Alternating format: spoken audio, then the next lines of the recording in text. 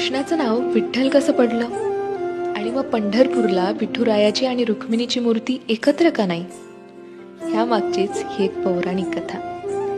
कृष्ण निजला निवांत, आठवली त्याला राधा, राधेला केले जादूने जिवंत, जणू काय झाली त्याला प्रेमबाधा.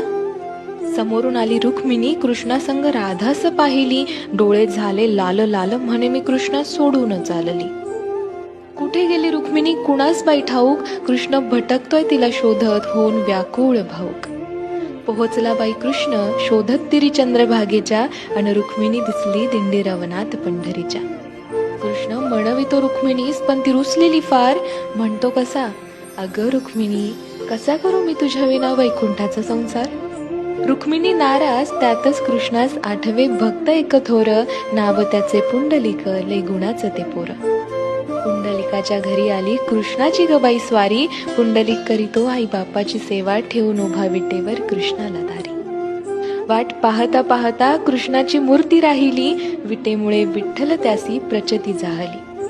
28 युगे झाली लांब उभी राहुनी, रुक्मिणी रुसवा तो धरी, अवघ्या भूमंडळाचा संसार बघत विठ्ठल उभा विटेवरी. भूमंडळी म्हणे विठ्ठलास बाप, आणि रुक्मिणी साई, आणि बोला जय जय विठोबा रखुमाई.